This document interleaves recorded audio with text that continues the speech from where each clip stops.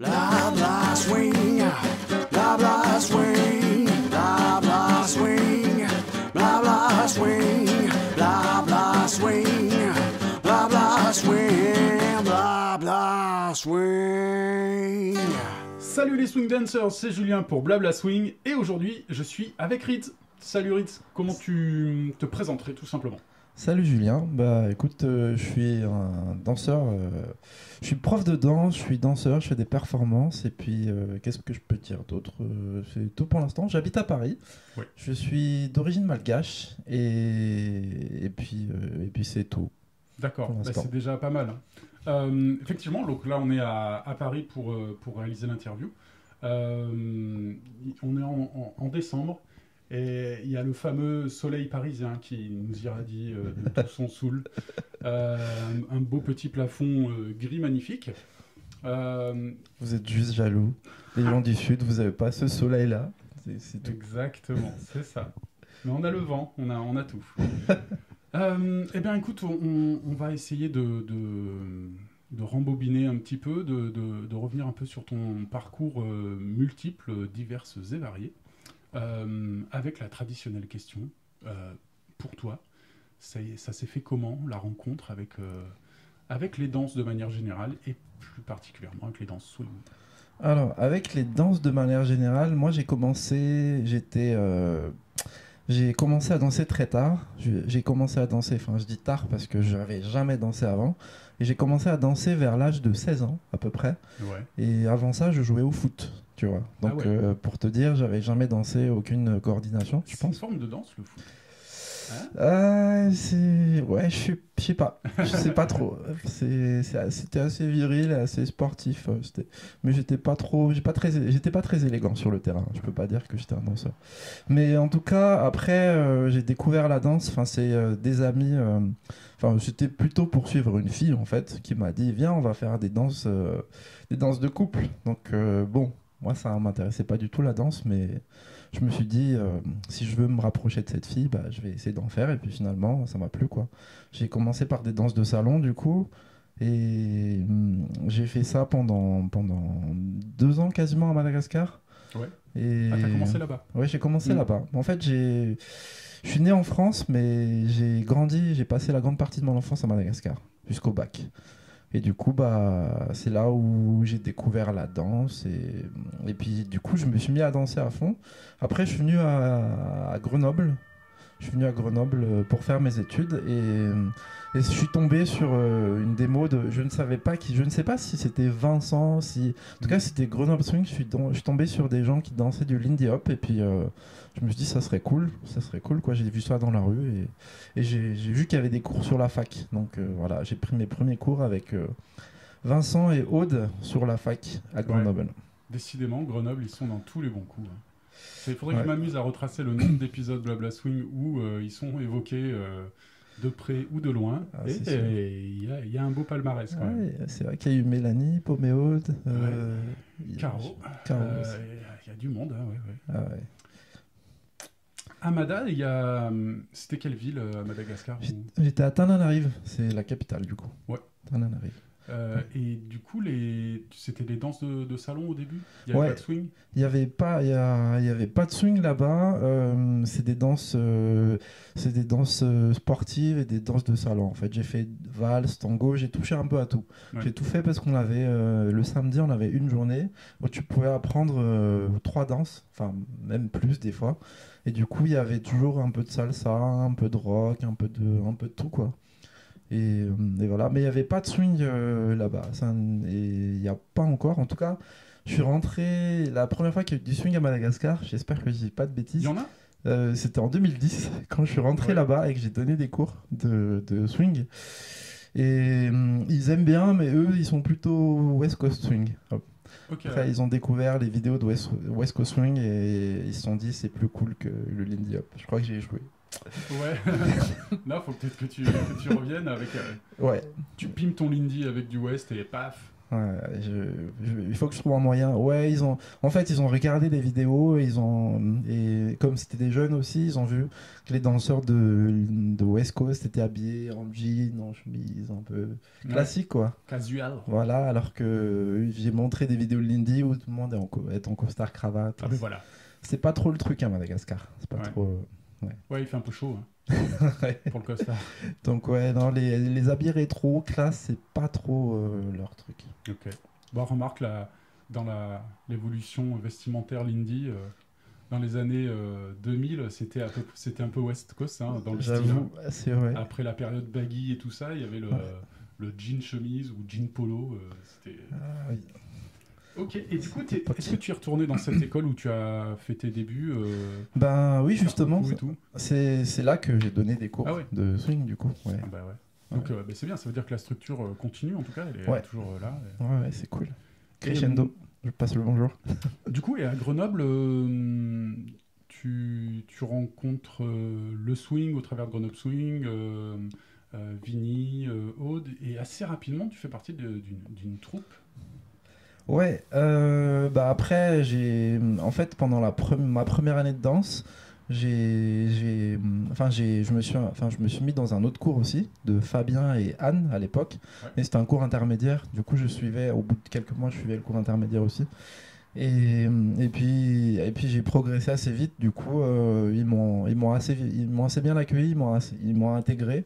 Et puis à l'époque, il y avait Gaëlle Lachenal, je sais pas si tu la connais, qui m'a pas mal poussé, qui m'a du coup j'ai dansé avec elle dans la troupe au début, je crois. Je crois que c'était avec elle les débuts, ouais. Mais oui, ils m'ont assez vite intégré en fait. Je sais pas s'ils ont vu quelque part un potentiel ou si c'était juste pour être sympa, mais en tout cas c'était assez cool. Du coup, tu faisais les deux niveaux sur la première année quasiment, quoi, Ouais. ça, du débutant, mais assez vite, tu pouvais aussi suivre le niveau un peu plus haut, et tu faisais les deux. Ouais, je faisais les deux cours pendant l'année. Ouais. J'ai toujours prêché pour ce truc-là, je crois que c'est ce qui fait progresser le plus.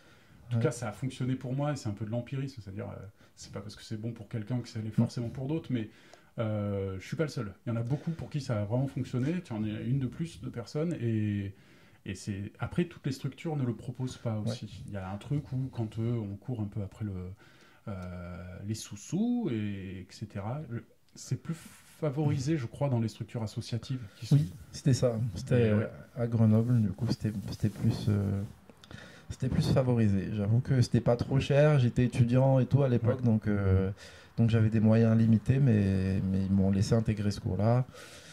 Mais je suis d'accord avec toi, ça marche pas avec tout le monde, mais et puis ça devrait, enfin en fait ça aide aussi parce que quand tu es débutant et que tu te débrouilles un peu pas trop mal, c'est pour casser un peu la frustration. Des fois pendant les cours tu dis j'ai envie d'apprendre plus et tout, et peut-être que ça peut aider certaines personnes. Après je l'encourage pas forcément pour tout le monde évidemment, mais comme toi ça a marché pour moi.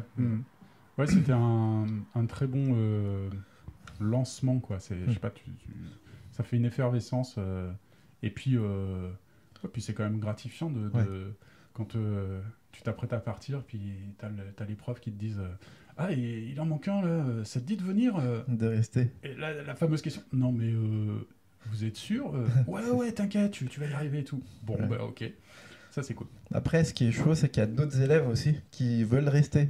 Et ça, quand t'as des élèves comme ça, t'es obligé de dire, en fait, non, c'est pas pour toi, c'est plus pour... Faut attendre un peu. C'est un peu plus... Ouais. Tu n'es pas prêt, Padawan.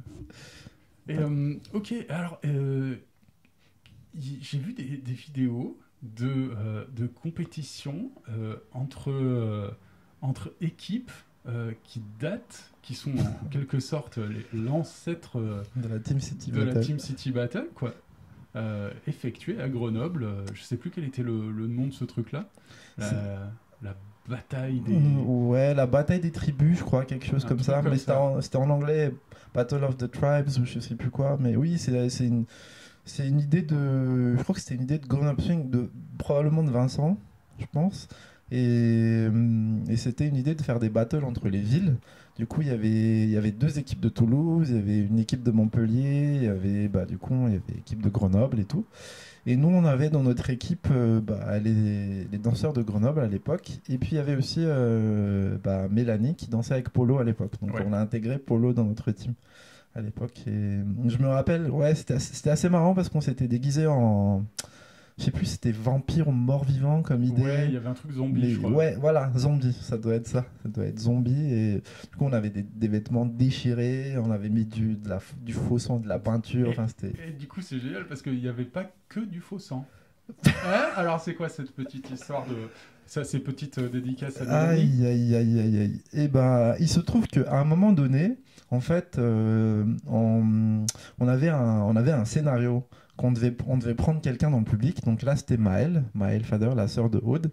Et on la tire sur scène et on commence à faire semblant de la manger. Et puis on balance des trucs en l'air comme si, enfin, bref, comme si c'était de la chair. Et en fait, je me relève, je me redresse, et il y a Mélanie derrière moi, et je lui pète le nez. Et cassé. Je sais pas si c'était cassé, mais ça a saigné. Je pense pas que Oui. je l'ai cassé, mais ça a beaucoup, beaucoup saigné. Mais je crois qu'on l'avait pas vu au début, on s'en c'est est ça, pas rendu compte. C'est juste au début.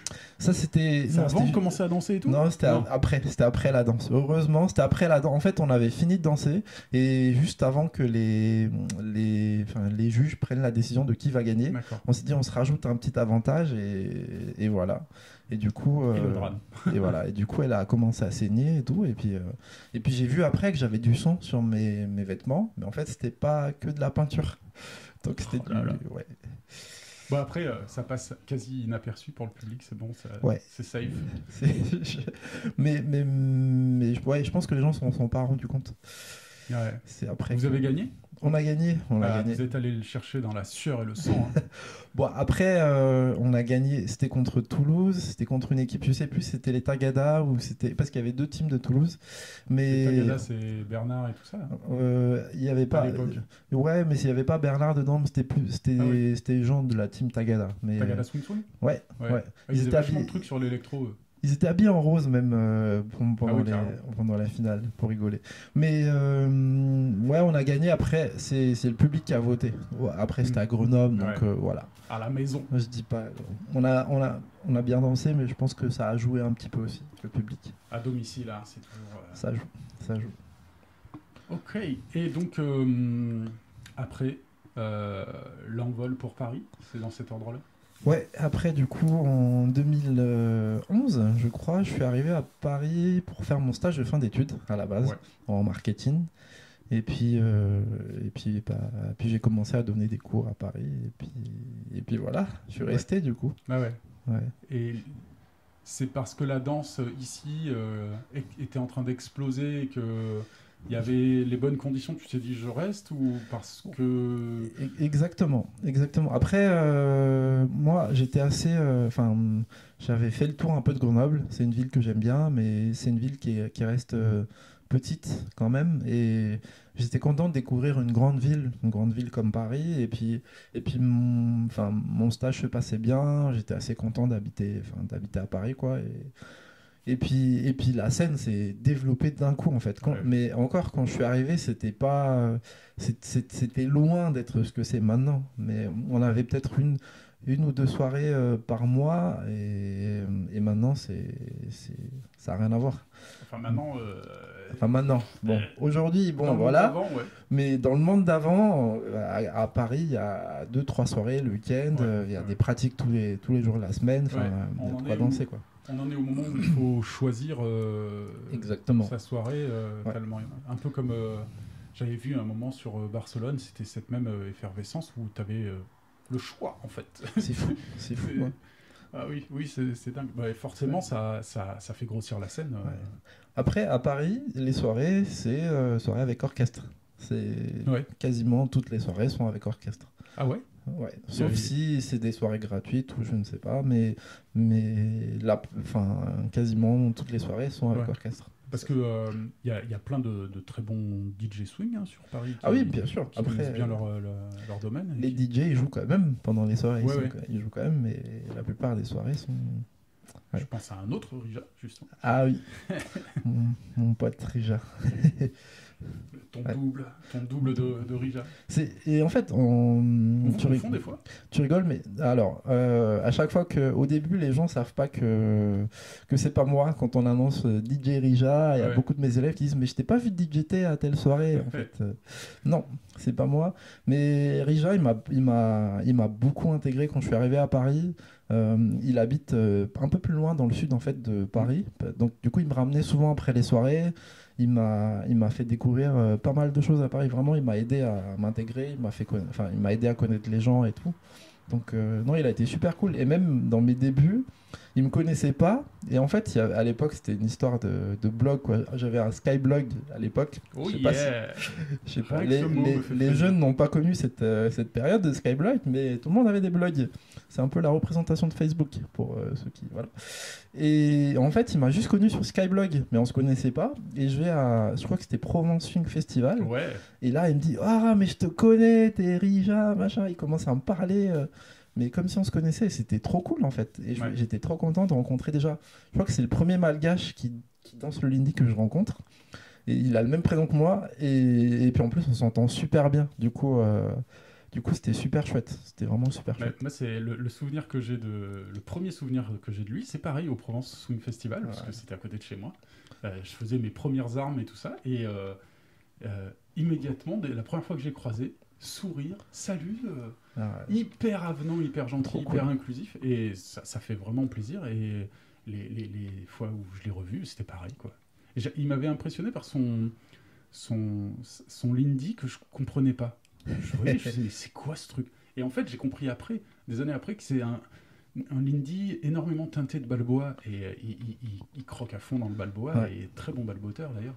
Et d'ailleurs, toi, tu pratiques aussi d'autres danses que le Ah, je croyais que tu allais dire le balboa. Je pratique pas le Par balboa. exemple, Je fais semblant de danser le balboa, mais il y a déjà un très bon danseur de balboa qui a le même prénom. Et du coup, je préfère. Rija, c'est mon danseur de balboa préféré. Ouais. Tu vois.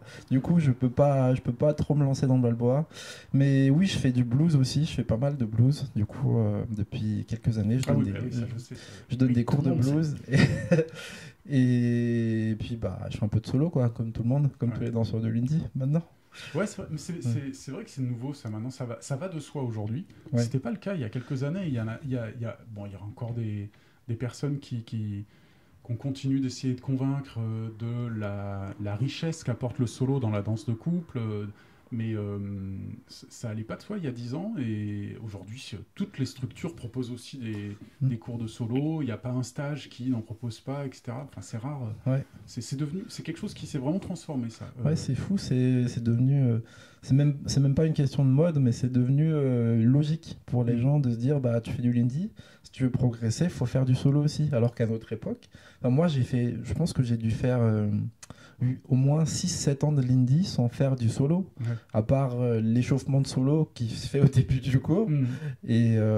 Mais c'est tout, quoi. Et je connaissais les basiques, le chim-cham, le Big Apple et tout ça, mais j'ai jamais pris des cours de solo. Enfin, j'avais Bah, jamais Big pris. Apple, déjà, il y a un beau pécule Ouais. de steps fondamentaux dedans qui font que déjà, quand on a ça, on a un bon bagage. Hein. Ah oui, mais quand je te dis, j'en ai pas fait. Enfin, je le faisais mal en fait, le Big Apple, mais je le faisais.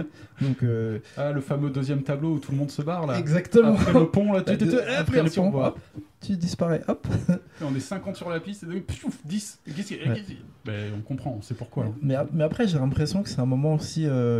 C'est un moment classique parce que tout le monde se regarde, même les bons danseurs, il y en a toujours, tout le monde se regarde un peu en mode qui va faire la connerie, on en est où là déjà? Ouais. Enfin, On est à 8,5, 2 ou quoi, là, c'est... c'est un moment drôle. En fait, je pense que c'est pas drôle si cette partie-là se passe bien et que tout le monde y arrive et tout le monde est ensemble, on va se dire c'est ennuyeux, tu vois. Ouais. Donc je pense que c'est plutôt cool que ça se passe mal cette Ouais, partie-là. c'est cool. C'est bien de le voir comme ça. Moi, Ouais. j'étais plutôt en panique et me dire putain merde, ils sont déjà là et pas moi. C'est bon, c'est bon. Mais ça tout va. le monde est en avance sauf moi, c'est bizarre. Très très étrange. Ouais. Et le shag peut-être un peu.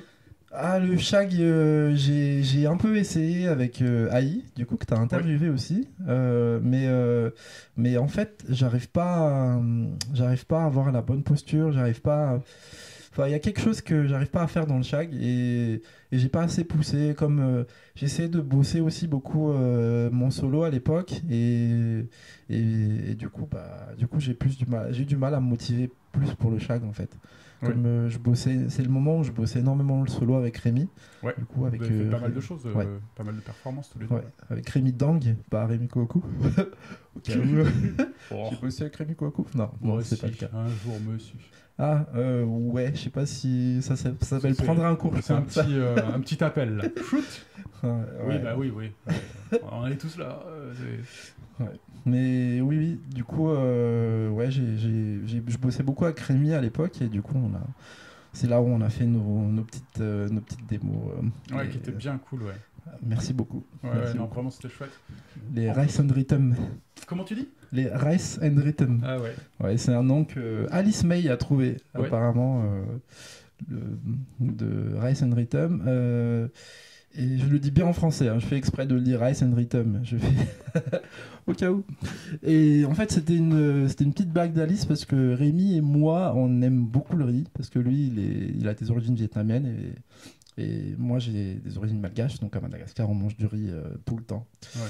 Et du coup, parce qu'il y a des gens qui m'ont dit ouais, c'est un peu limite raciste et tout. Et j'ai dit non, en fait, on l'a choisi comme ça. Mm. Comme nous, on est tous les deux fans de riz, voilà. C'est pas. Arrête, aujourd'hui on peut. Est-ce qu'on a le droit de dire quelque chose encore aujourd'hui sans. Non, mais du coup, je le recorrige, je le redis, c'est pas quelque chose de raciste. On a décidé de le nommer comme ça. Et Rice and Rhythm, en fait, ça commence par deux R. Et du coup, comme Rids et Rémi, c'est pour ça aussi. Donc, c'était pas, La c'est classe. pas pour se moquer de qui que ce soit, c'est parce que nous, on aime le riz. Ouais. Voilà. Ouais, mais ça pourrait être un topic aussi, qui est que enfin, la société évolue, notre relation aux différents réseaux numériques aussi, etc. Et quand même, il y a des avancées d'un côté et des reculs prodigieux sur d'autres. On a l'impression qu'on s'est tous enfoncé des énormes balais dans le... Je sais pas si t'as le droit de dire ça. Et que, voilà, aujourd'hui, il y a tellement... Il y a du bien dans tout ça, mais presque aujourd'hui, quand tu brandis un cours de solo swing, si tu écorches le nom d'un step, bam, t'as toute une part de la communauté qui te tombe dessus en te disant que c'est de l'appropriation, que tu fais mal ton job, que truc, que machin, que... Waouh! Et d'un côté, attention, hein, je comprends et je partage ça. J'essaye d'avoir le plus de connaissances possible là-dessus, mais des fois on en perd un peu notre regard d'enfant quand on découvre ça, quoi. Ce truc de découverte, plaisir, fun, légèreté, voilà. Et bon, là, je pars un peu sur un autre topic, mais c'est les... avec la crise sanitaire due à la Covid, beaucoup de structures se sont retranchées sur de la visioconférence, sur du cours en ligne, sur des discussions, des talks, qu'il n'y avait pas trop. Même les festivals, avant la Covid, multipliaient de plus en plus un espace comme ça de discussion. C'est vrai que c'est peut-être quelque chose qui manquait un petit peu. Après, peut-être le travers, c'est que on a tout analysé, a tout épluché, on en perd peut-être un peu de spontanéité et de fraîcheur, quoi. Après, je suis d'accord avec toi. Il y a quand même, c'est quand même assez important que les profs s'instruisent. En tout cas, moi, je pense que c'est très important que les profs s'instruisent sur l'histoire de la danse, sur l'histoire de la culture afro-américaine, et après, les noms des steps, c'est aussi quelque chose d'intéressant, en fait. Après, c'est sûr qu'il faut pas trop le diaboliser, mais c'est quelque chose d'important et c'est bien de les connaître, c'est toujours un bon plus. Mais enfin, moi, je trouve quand même que c'est important de connaître l'histoire de la danse quand t'es prof et quand tu le transmets aux élèves. Après, les élèves, on peut leur laisser le choix, c'est bien de leur dire, c'est bien de leur donner aussi cette culture-là. Après, ils s'y intéressent, ils s'y approprient comme ils veulent. En fait, ils s'y intéressent comme ils veulent. Mais en tout cas, moi, en tant que personne qui gagne de l'argent sur la danse, Oui. j'essaie quand même de respecter cette culture-là. J'essaie de m'instruire le plus possible. Après, je pense que c'est comme tu dis, il y a beaucoup de travail qui n'a pas été fait dessus peut-être avant. Et on s'en rend compte maintenant. Et ça suit aussi le mouvement actuel de Black Lives Matter, Oui. des trucs comme ça. Et en fait, moi, ça me dérange pas du tout. Je trouve que c'est pas plus mal qu'on en parle maintenant et que qu'on se rende compte que c'est quelque chose d'important. Je trouve que c'est plutôt, Je comprends. Hein. Et je suis complètement d'accord avec ça. Particulièrement pour les professionnels, c'est une base. Après, c'est de manière plus générale, je note qu'il y a une tendance un petit peu social justice warrior sur les réseaux. Et que le monde du swing n'en est pas exempté et que des fois c'est un petit peu fatigant, je trouve, d'avoir au moindre pet de travers quelqu'un qui vient tout de suite faire attention, Norma Miller en 1942,6 elle a dit que alors tu peux pas dire que ça, et on est vachement dans ce truc là de redresseur de tort, de donneur de leçons, etc.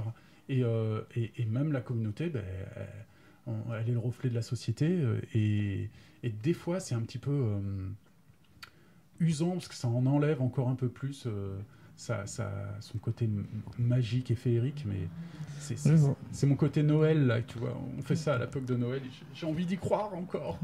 Je vois ce que tu veux dire, la cause reste importante. Après c'est pas que dans le swing, je pense, c'est les défauts des réseaux sociaux. Oui. C'est dès que quelque chose est assez popularisé, forcément on part très vite. Il y a des chevalets blancs de partout, il y a à la fois et des fois on assiste à des méconnaissances, à de l'ignorance qui est tellement importante qu'il faut réagir à ça. Et bien entendu, je suis tout à fait d'accord. Là où je pointe quelque chose, c'est le petit P de travers, quoi. Gardons la hauteur de ce truc-là. C'est juste un petit P de travers, quoi. C'est rien. Concentrons-nous sur les choses vraiment importantes où il y a une méconnaissance, une ignorance qui peut être dangereuse, en fait. Là, oui, il nous faut tous agir contre ça, mais même en dehors des thématiques swing. Je vois ce que tu veux dire. Du coup, quand tu arrives au début à Paris, tu retrouves une scène qui t'accueille volontiers, qui est en pleine effervescence. Donc tu as vu cette scène évoluer. Moi, je l'ai vu évoluer mais à distance, justement grâce au réseau, aux vidéos, aux copains, aux copines. Qu'est-ce que tu pourrais en dire de cette période qui couvre quasiment 10 ans, hein, on va dire 2000-2020. Il s'en est passé énormément de choses. Oui, alors, j'aime bien qui m'a accueilli volontiers. Alors, la scène parisienne, c'était pas... Au début, je connaissais les gens, c'était plutôt cool, mais j'ai eu du mal à trouver des cours, à pouvoir donner des cours. Donc, je me suis proposé dans pas mal d'écoles qui m'ont refusé à l'époque. Je peux pas les citer, mais qui me connaissaient pas. Mais en plus, j'ai demandé à des gens que je connaissais à l'époque. Donc je disais oui, j'ai donné des cours à Grenoble pendant 2 ans, je cherche à donner des cours. Ouais. J'ai vu que tu postais sur les réseaux que tu cherchais des profs.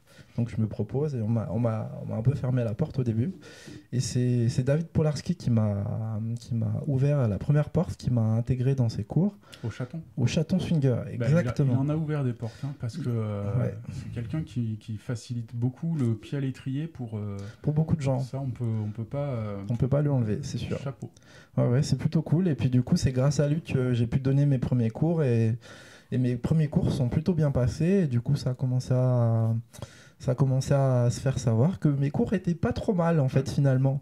Et je donnais des cours avec Lucille Tournadre au début. Enfin, je pense que tu la connais pas forcément, mais et du coup après j'ai eu une proposition de Shake That Swing et plus tard Brother Swing. Ouais. Mais ça a commencé comme ça en fait. Tu étais déjà en voie de professionnalisation, Pas du tout. Non, pas du tout. Okay. Je bossais à l'époque et la danse c'était je peux pas dire que c'était un hobby, mais je gagnais de l'argent en donnant des cours évidemment. Et puis je faisais pas mal de compètes, je voyageais pas mal, et puis je pense que je faisais pas encore de workshop à l'époque, mais c'était un peu le début quoi. C'était un peu le début. Ouais. Et est-ce que qu'est-ce qui t'a certains des auditeurs te connaissent aussi en tant que compétiteur avéré. Il suffit qu'on aille dans un stage et on t'a forcément rencontré sur un podium de Jack and Jill. Et est-ce que ces résultats, cette visibilité-là, a eu un impact sur dans des embauches, des demandes, et d'un coup, on te dit oui, alors qu'avant, on te disait pas oui? Alors, les Jack and Jill, c'est sûr que ça te donne une visibilité. Les gens te connaissent, les gens te connaissent plus. Après, j'ai l'impression que ce qui m'a aidé à avoir des workshops, c'est d'avoir un partenariat défini en fait. Que les gens puissent t'associer à quelqu'un et qu'ils puissent se dire Rids et quelqu'un, Rids et Elise, Rids et Lucille à l'époque, au début. Et c'est plus là où tu te fais embaucher, mais juste gagner des Jack and Jill, pour moi, c'était le plaisir de faire des compètes. C'était pas. Moi, j'aime faire des compètes. J'aime la sensation de surpasser, de s'entraîner avant et toute l'adrénaline que tu as pendant les compétitions. Et à l'époque, j'ai jamais fait ça, en tout cas pour avoir des stages, parce qu'à l'époque, pour moi, c'était pour les autres, en fait. Les stages, c'est pour les grands. Et donc, toi, tu te dis, je fais mes jackets, je fais mes petites compètes. Et puis après, oui, c'est vraiment quand j'ai eu des partenaires définis que j'ai pu commencer à faire des workshops. C'est quand j'ai commencé à danser un peu avec Lisa Minder. Du coup, Cédric nous avait embauchés à Strasbourg. J'ai fait des compètes avec Lucille Pinto. Et du coup, on a été embauchés ensemble. Et pareil avec Élise. Et c'est plus ça, en fait. J'ai l'impression que c'est quand tu as un partenariat défini, que les gens puissent t'associer à quelqu'un, et du coup, ça peut te faire embaucher. Cédric Caro m'ont dit la même chose à peu près. Si pour eux, ça a commencé à marcher à partir du moment où tu es identifié en tant que binôme. Exactement. Tu es plus facilement embauché, répertorié. Dans la tête des gens, ça va plus vite, c'est plus simple. Sinon, tu es identifié un peu comme un bonhomme comme Sepp. Qui peut danser en couple, bien entendu, mais qui a aussi très souvent cette image de MC, de solo, de cours d'histoire ou de trucs comme ça. Exactement, ouais. Des fois, mais moi, j'avais pas ça, en fait. J'avais pas le côté solo à l'époque, pas du tout. Et alors, MC... Mais du coup, est-ce que avant la crise sanitaire, on t'a des fois demandé de venir sur un stage uniquement pour faire des cours de solo, par exemple? Non. Ou d'animer du solo, des cours de styling, lindy, styling, je sais pas quoi, sans partenaire, c'est ça que je veux dire. J'ai jamais été... Après, à Strasbourg, c'est différent. Cédric, il m'invite, Cédric et Caro, toute la structure m'invite pour faire des petits ateliers comme ça. Mais pour l'instant, j'ai jamais été invité pour donner des cours de solo. Je crois... non, je crois que c'est pas arrivé. Mais après, ça arrive souvent que dans un festival avec Élise ou avec d'autres partenaires, on nous dise là, vous allez donner des cours de styling en individuel ou des cours de solo, des ateliers de solo de 2 heures. Ça arrive souvent, ouais. Mais après, j'ai pas encore fait assez de propagande sur mon potentiel en solo, je pense, pour pouvoir me faire embaucher en solo. Et je pense qu'il y a des gens qui le font très bien, qui sont déjà très bons en solo. Mais c'est un objectif. C'est un objectif, ça, aussi, de me faire embaucher en solo. Mis à part Mister Kouakou Kwame, qui t'éblouit en solo? Alors, je pense que je vais surprendre personne quand je vais dire Sky. Ah, tiens. Oui, forcément, j'aime beaucoup le duo Sky et Rémi, forcément. Après, j'aime beaucoup aussi regarder... comment elle s'appelle, Laura Kless, en solo. Je trouve qu'elle déchire. San Antonio. Elle a un style qui est super énergique et que j'aime beaucoup. Et qui je peux dire d'autres. Et Jo aussi, elle a un style. Après, elle rajoute aussi d'autres influences. Je trouve ça assez cool comme truc. Mais après, moi, je suis pas. Là, j'ai l'impression de te citer des danseurs qui sont pas dans le style très très ancien, Charleston. C'est plutôt des gens qui font des trucs assez modernes. Oui, un peu comme toi. Ouais, parce que moi, je sais pas faire en fait. Je trouve que je sais pas faire assez bien encore le jazz roots vraiment comme les racines, quoi. Ouais. Mais je travaille dessus. Un peu comme les Suédois qui voilà. ont à cœur de garder ce style pur Savoy. Quand tu les vois faire du solo, tu dis ça, quand tu vois Félix, quand tu vois les Harlem Hot Shot, tu te dis ça c'est le truc, c'est comme ça que c'était avant, quoi. Et moi j'aime beaucoup les regarder, mais je pourrais pas arriver à faire ce qu'ils font en fait. Et du coup c'est pour ça que je me suis réfugié dans des trucs un peu plus modernes, peut-être. Je sais pas trop comment dire ça, mais de la fusion. Ouais, mais je sais pas si on a le droit de dire fusion. Non, c'est peut-être un gros mot, fusion. Oh là là, on va se... Mais c'est intéressant parce que à qui te fait vibrer en solo? Tu m'as dit Sky. Sky, Rémi, Laura, Joe. Ah ouais, si Rémi, ouais, ça c'est qui. Parce que j'avais l'impression que tu avais plus de danseuses que de danseurs, et ça, je trouvais ça. Eh bah, écoute, j'aime beaucoup. Ne serait-ce que d'avoir déjà à moite-moite, parce que en général, en solo, on s'identifie un peu plus à son genre, de moins en moins, parce que ça, toutes les lignes bougent, et là, pour le coup, tout le travail récent porte ses fruits, et j'en suis très content. Mais c'est vrai que j'ai l'impression que le solo permet d'un peu plus regarder la danse et pas le genre. Ouais. Alors qu'en couple, moi, je le sais, j'ai ce travers quand je vais d'abord regarder le rôle que j'ai dans la danse majoritairement, à savoir celui de leader. Ouais. Je vais d'abord plutôt regarder la personne qui lead avant de regarder l'ensemble, de regarder la follow et puis de regarder tout ça. Mais j'ai ce biais total qui est parce que peut-être une volonté première de se nourrir immédiatement du... Tiens, qu'est-ce que je peux piquer? Qu'est-ce que je trouve je pense qu'on est tous comme ça. On a tous ce truc. Ouais, on a tous ce truc. Et moi, ça a changé, ça a switché quand j'ai commencé à juger des compètes. Ouais. Des compètes où tu juges des Jack and Jill, tu regardes les deux en fait. Parce que d'habitude, nous, on regarde des vidéos sur Internet, donc on veut piquer des choses. Alors que quand tu juges une compète, tu es obligé de juger l'harmonie du couple, tu es obligé de juger vraiment autre chose. Et là, j'ai plus regardé les follow. Et c'est vrai qu'en vrai, en plus, j'ai envie de te dire, les danseuses, les danseurs sur lesquels je prends le plus de moves en solo, c'est plutôt des danseuses. C'est souvent, et Alice May aussi, elle en fait partie depuis récemment aussi en solo.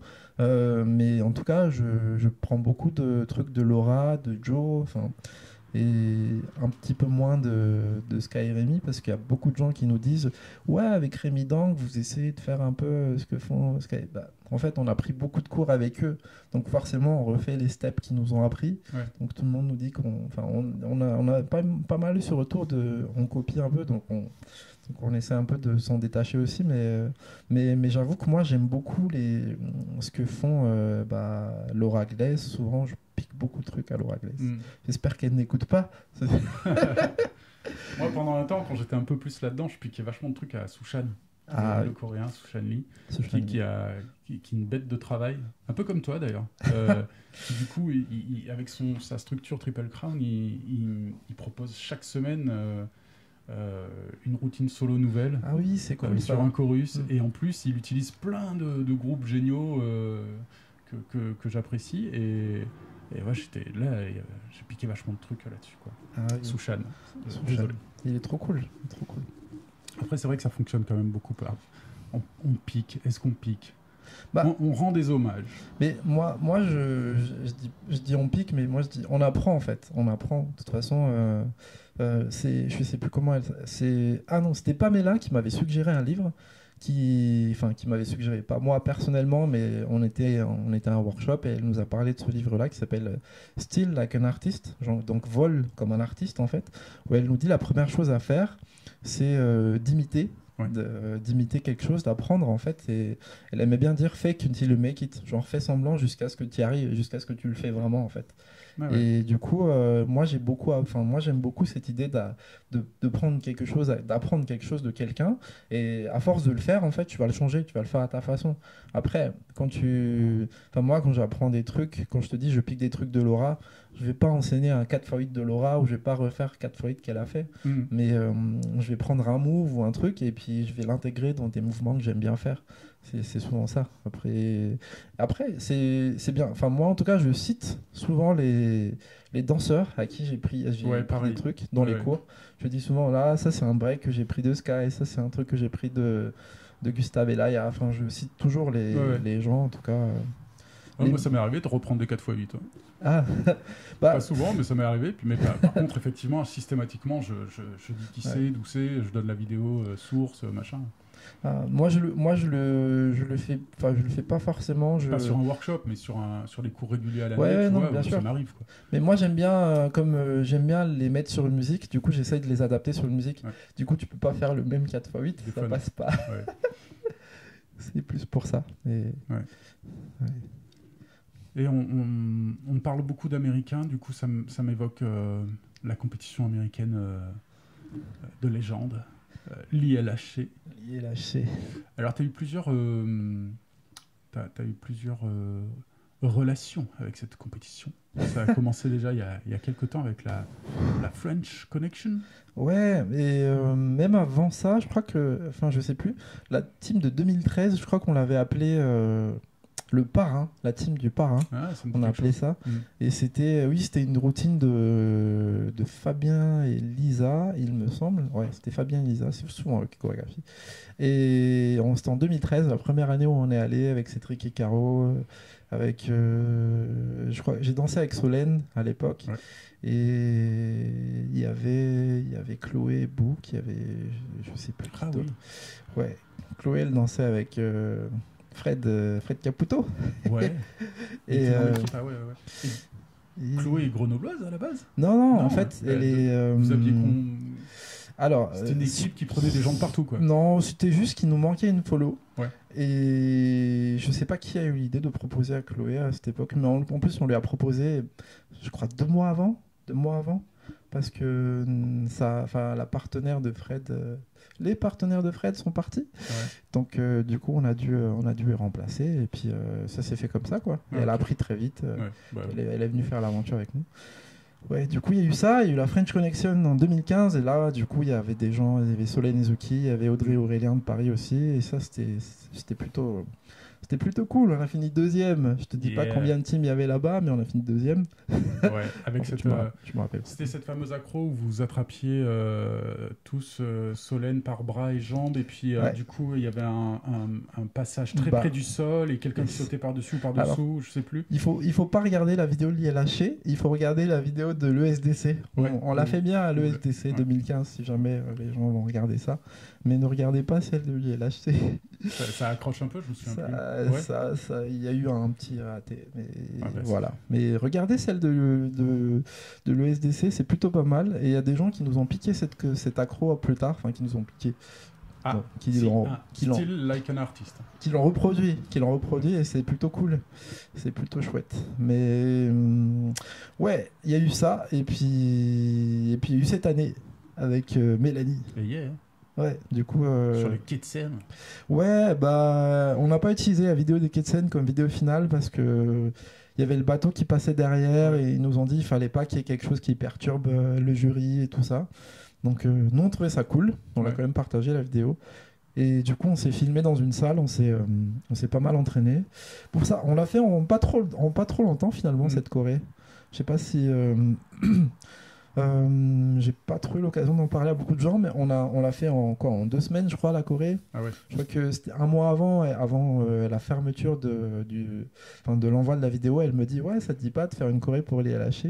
J'ai rigolé, j'ai dit ouais, c'est ça. Et puis finalement en fait, 1 semaine après, on a fini par choisir une musique et puis du coup on a eu 10 jours quoi. On a fait la Corée en 10 jours. 10 jours pour la prendre et pour la faire en même temps. Et puis voilà. Et puis ça a donné ce résultat-là. Ouais, cool, bravo. Moi, ce que j'apprécie beaucoup, c'est la montée en puissance dans la chorégraphie. Ce qui est pas forcément évident à mettre en place. C'est un peu le lièvre et la tortue. C'est pas forcément partir canon. S'il en faut plutôt que... Ah ouais, c'est intéressant. Quelqu'un m'avait donné ce conseil aussi d'essayer de de faire quelque chose d'assez graduel et de finir un peu, paf, tu laisses sur un sentiment de ah ouais, dis donc. Ouais. Après, c'est aussi parce que la musique était assez rapide. Je crois que c'est du 230.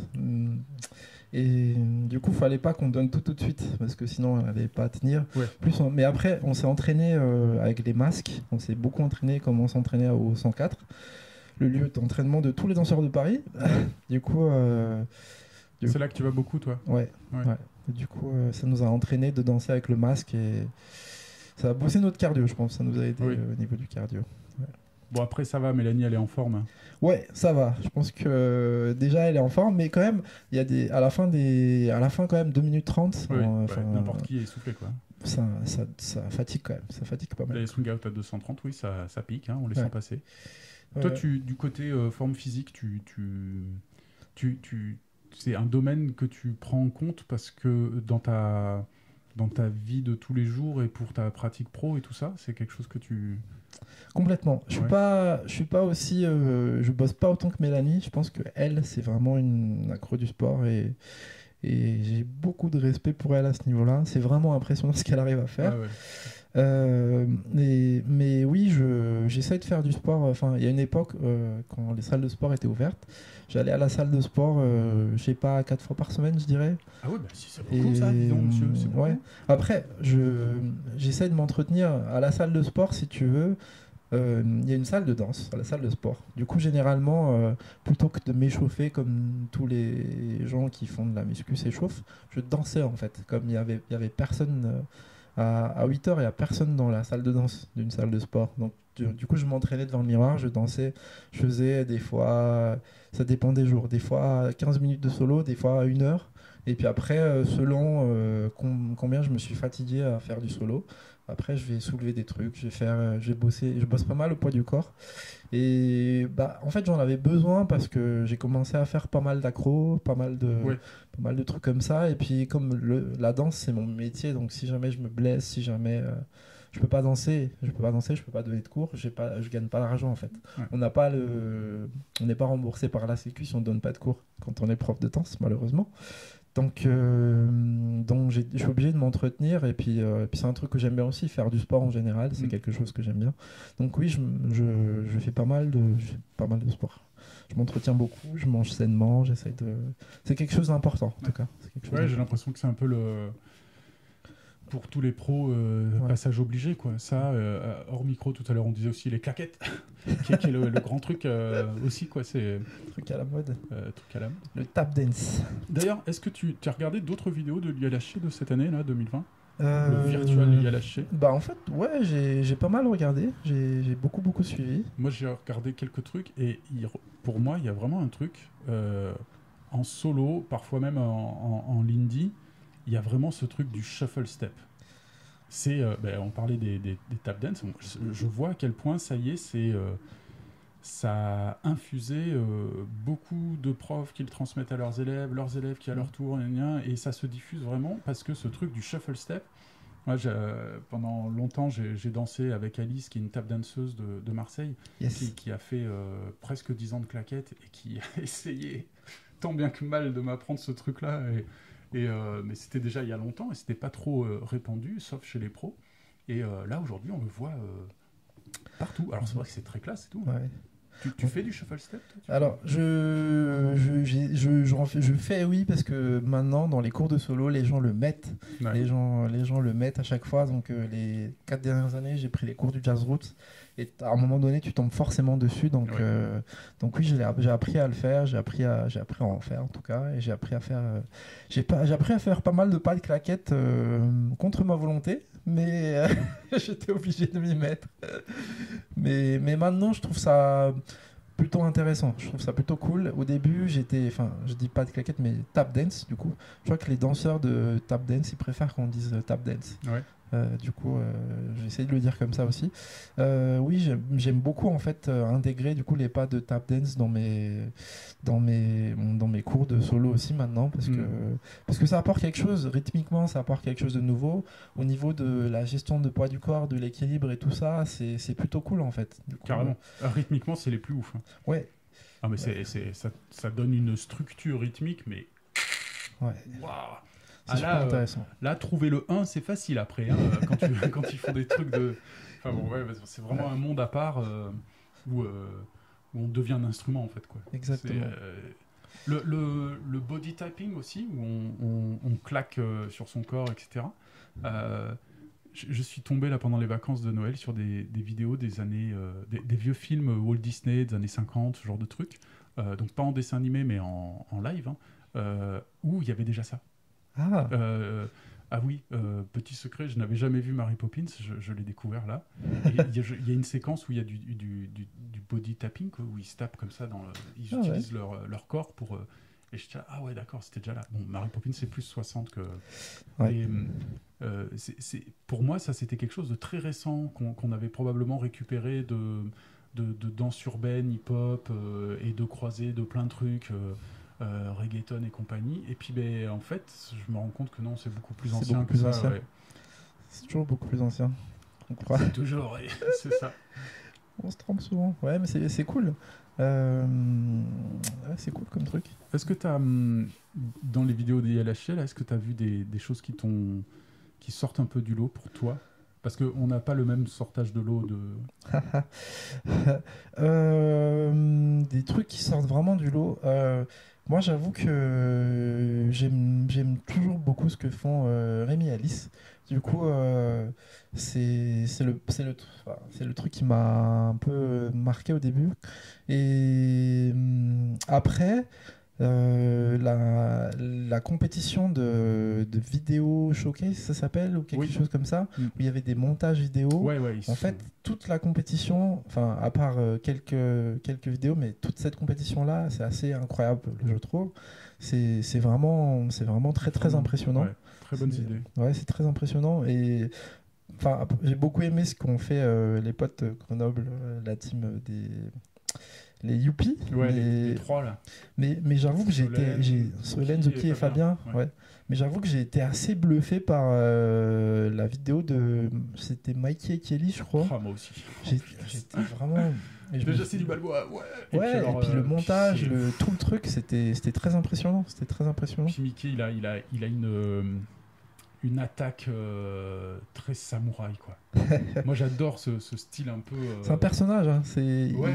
Et moi j'ai en tête cette vidéo culte pour moi, parce que je viens du métal, et où il danse du Balboa sur Rage Against the Machine.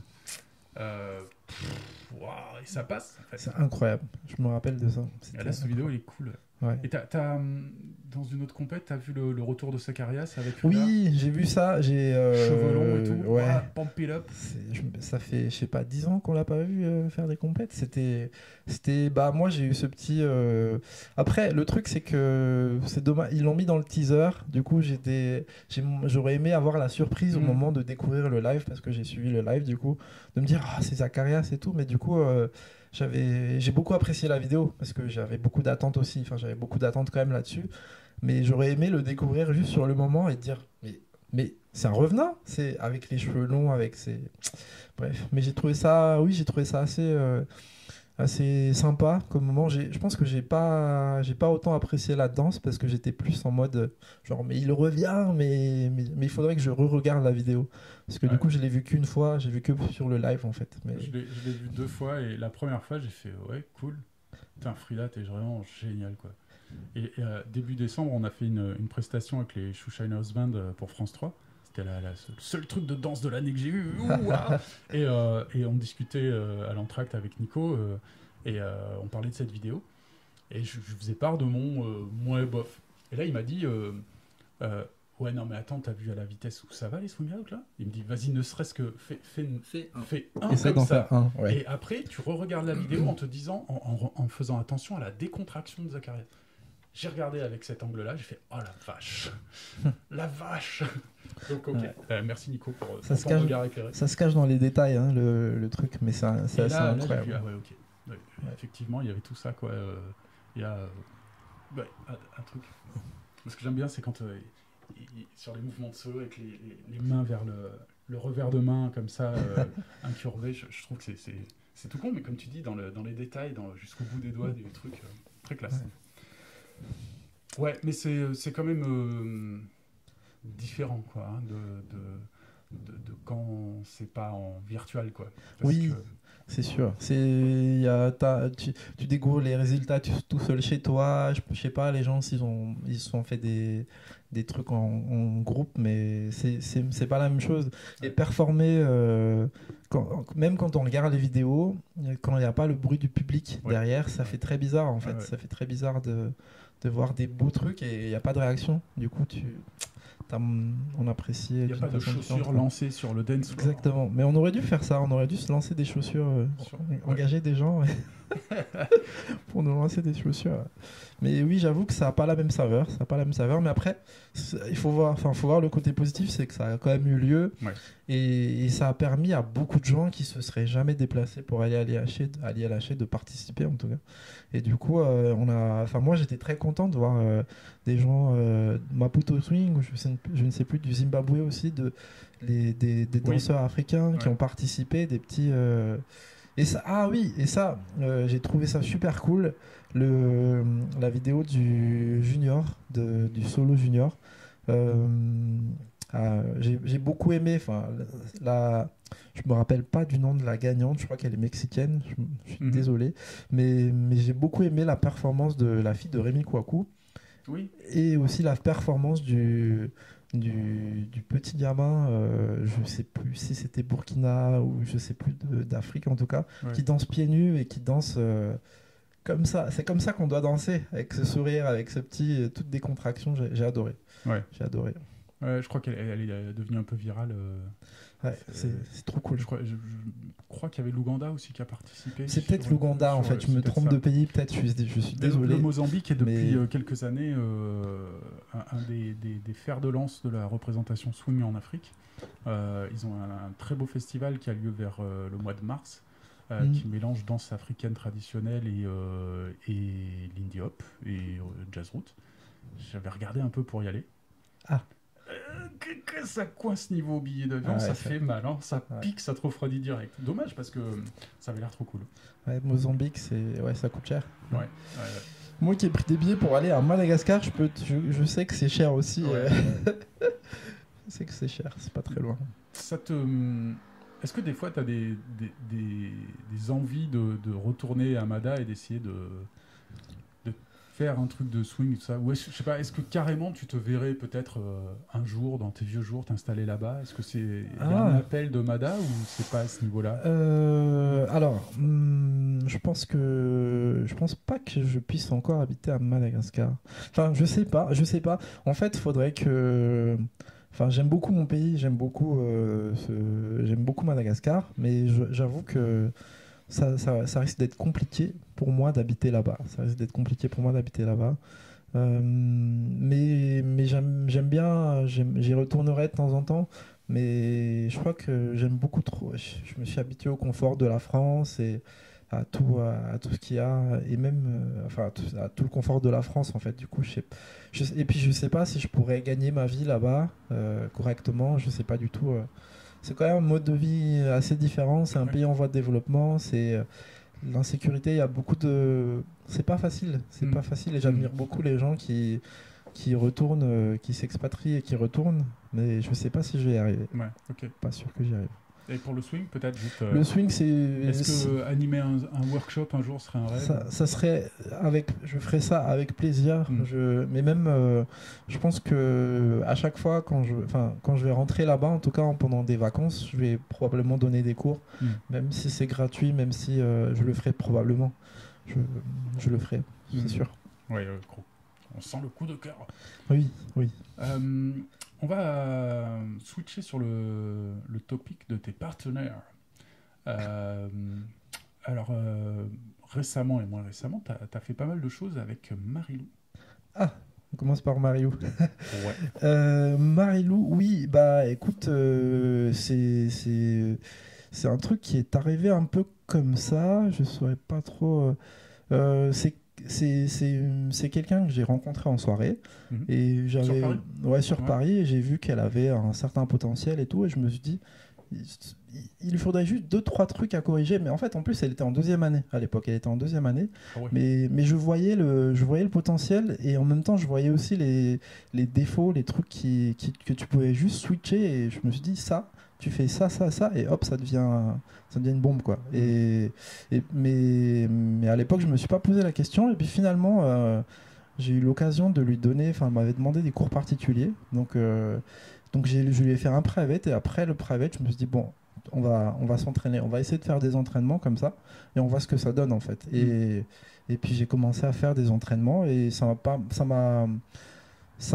lui a apporté des trucs, mais ça m'a apporté beaucoup de choses aussi parce que de s'entraîner avec quelqu'un de nouveau, tu développes d'autres choses, de nouvelles connexions, de nouvelles. Enfin, en tout cas, on a été créatifs. Elle m'a apporté des vidéos que j'avais jamais regardées avant. Elle m'a dit, on pourrait bosser sur ça. Et puis ça m'a permis de bosser des chorés aussi, enfin des accros aussi. Ouais. Et du coup, elle était assez motivée pour ça et c'était cool. Non, du coup, Et là, ça faisait, quand vous avez commencé les accros, ça faisait un peu plus de 2 ans qu'elle dansait quand même. C'était dans sa 2e année de danse. Donc ouais, c'était dans sa 2e année de danse. Et à la fin de sa 2e année, du coup, au mois de juin, on a participé à la Folie Swing. Et à l'époque, pas beaucoup de gens la connaissaient à l'époque, à part les gens de son cours et tout. Et puis là, hop, découverte devant tout le monde. On a gagné la compète contre des profs de Paris, contre des gens qui ont un partenariat depuis longtemps. Et du coup, c'était plutôt cool. Et du coup, on a continué un peu. On a continué à s'entraîner. Et puis il y a eu le truc de Bordeaux Swing, il y a eu la qualification pour la Savoy Cup, et du coup je lui avais donné cet objectif-là de se dire bah on s'entraîne et on essaie de participer à ce truc-là. Et elle a un peu flippé parce que tu dis ça à quelqu'un qui danse depuis 2 ans, quoi. Ouais. Donc, mais à l'époque on ne savait pas contre qui on allait tomber en fait. À l'époque on savait pas du tout qui allait participer. Et on s'est rendu compte que tous les profs du festival ont participé, donc tu te retrouves face à des Hector et Sonia, des gens comme ça. Voilà. Et du coup, on s'en est plutôt bien sorti. Enfin, je pense on n'a pas trop été ridicule. On a fait des trucs. On n'a pas essayé de compétiter sur la danse. On a essayé de compétiter sur le côté accro, le côté un peu. Le côté visuel, quoi. On n'a pas essayé. En quelques mois, on peut pas apprendre à danser comme Hector et Sonia, le rythme, tout ce qu'ils ont, la fluidité de leurs mouvements et tout ça. Donc là, on a fait autre chose et c'est plutôt bien passé. C'était contre eux que vous êtes tombés On est tombé contre eux directement au premier tour, donc c'était terminé, mais c'était cool. C'était cool de faire ça. C'était cool de faire une compète contre des gens que tu admires en fait, que tu vois danser, que tu aimes vraiment leur touch. Donc j'ai un souvenir du dernier GSDF avec Hector qui danse avec une pure débutante quasiment, et tu vois Hector. Ce que je veux dire, c'est que c'est pas parce qu'elle était débutante qu'il s'est mis en mode et pourtant il y avait bien entendu il a brusqué pas, mais il réussissait à quand même être lui, à quand même pratiquer sa danse si particulière avec quelqu'un qui avait très peu d'éléments dans sa besace, quoi. C'était très fort à voir. Là j'ai vu que ok, il peut tout faire avec tout le monde. C'est évident, quoi. C'était un sacré truc à voir. C'est cool. Hein. Je pense qu'il faut le faire. Moi, je danse beaucoup avec mes élèves. Enfin, j'aime beaucoup danser avec mes élèves en soirée, les élèves inter, débutants, avancés et tout, parce que ça t'apporte quelque chose quand même, quoi qu'il arrive. Et j'ai bien fait de le faire, en tout cas. De danser avec Marilou, ça m'a apporté pas mal de choses. Maintenant, c'est fini, mais c'était plutôt chouette. C'était super chouette. J'ai bien aimé ta story que tu avais mise sur Insta, Facebook, où tu montrais la phase de préparation de l'accro, y compris les moments où l'accro passait pas très bien, ça accroche et tout. Les différentes étapes de construction du chorus et puis le passage en compétition face à Hector Sonia. Ouais, c'était cool en fait. Je trouvais ça intéressant, en tout cas de montrer que qu'on n'arrive pas comme ça, parce qu'il y a beaucoup de gens qui, enfin après cette compète-là, tout le monde était, enfin on a eu beaucoup de retours positifs, mais j'ai quand même eu des gens qui m'ont dit bah oui, mais ça devait être facile, elle se débrouille pas mal déjà, t'as choisi quelqu'un qui dansait déjà bien, mais en fait, peu importe, même si tu choisis quelqu'un qui a des petites facilités, ça reste du travail, tu dois t'entraîner.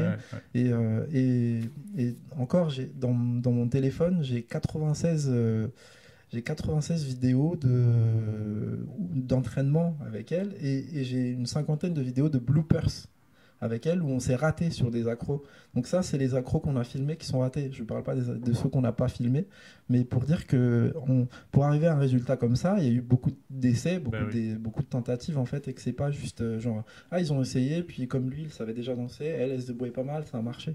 Mais en fait non, il y a eu beaucoup de travail derrière. Je tiens à le souligner. On bosse pour en arriver là. C'est pas juste arriver comme ça. Alors, en fait. Le problème, c'est vrai, on ne donne à voir qu'un aboutissement en fait. Et c'est souvent même les artistes qui te donnent une sensation de simplicité. On sait que c'est très difficile. Ça veut dire qu'ils sont arrivés à un haut point de maîtrise de leur art et que derrière, il y a beaucoup de boulot. Il n'y a pas d'inné, hein, sauf pour de très rares cas où d'entrée de jeu ça roule tout de suite, mais c'est très très rare. C'est pas notre cas, et je me permets de switcher sur Élise. Et voilà, allons-y. Parce que du coup, c'est pareil avec Élise. Quand j'ai commencé à danser avec elle, j'avais un petit peu plus d'expérience, mais on a mis beaucoup de temps, on a beaucoup travaillé. Il y a eu une période où on s'entraînait tous les jours. On allait au 104, tous les jours. 3-4 fois par semaine pour s'entraîner en fait, et pendant des heures pour arriver à avoir au début c'était des petits résultats, et ça a progressé, mais on a mis du temps en fait à trouver quelque chose vraiment dans notre partenariat. Les gens nous disent mais oui, mais quand on vous voit danser ça se voit que y a un truc et tout ça, mais en fait au début ça se voyait pas du tout. Ça se voyait pas du tout, et c'est pour ça que Élise à la base c'est pas forcément quelqu'un avec qui on se voyait danser ensemble, mais c'est arrivé un peu, c'est arrivé, je peux te raconter la petite anecdote, c'est que à l'époque j'avais fait une team pour la Savoy Cup, je sais plus si c'est 2015 ou 2016, peut-être 2016, et c'était toi qui chorégraphiais. C'est moi qui chorégraphiais, c'était la première fois que je chorégraphiais pour une compétition, donc j'étais assez stressé parce qu'en plus dans la team on avait les meilleurs danseurs parisiens. J'avais Eric et Natalia, j'avais Audrey et Aurélien, il y avait aussi Rémi et Camille, il y avait Annabella et Guillermo. Enfin, désolé, j'ai pas envie de... Laurent aussi, je crois qu'il y avait du monde. Ah, ça c'était la Team City. Non, ça c'était la Team City. Ah, oui. Mais là c'était pour une chorégraphie du coup. C'était pour... Ah oui, Marika, et je me rappelle pas de son partenaire. Je suis désolé Marika, mais c'est un Bulgare, Yuri et Marika. Voilà, du coup, pour citer tout le monde. Donc, dans cette choré-là, je devais danser avec Fleur, mais il se trouve que elle a eu un petit souci à un moment donné, donc elle pouvait pas continuer la team, et du coup, j'ai demandé à Élise qui était disponible en fait pour faire la choré. Donc, on a commencé à danser ensemble à ce moment-là.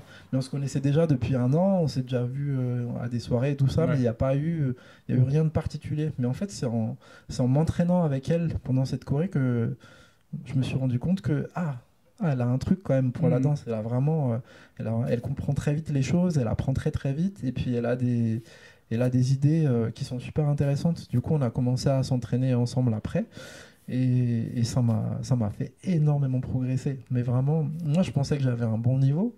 Et bosser des bases, bosser les trucs que tu pensais être acquis avant, en fait, ça m'a beaucoup aidé. Et puis, Élise, elle a une créativité qui est complètement différente de la mienne. Du coup, elle a toujours des idées. Au début, je me dis, mais quoi ? Vraiment ?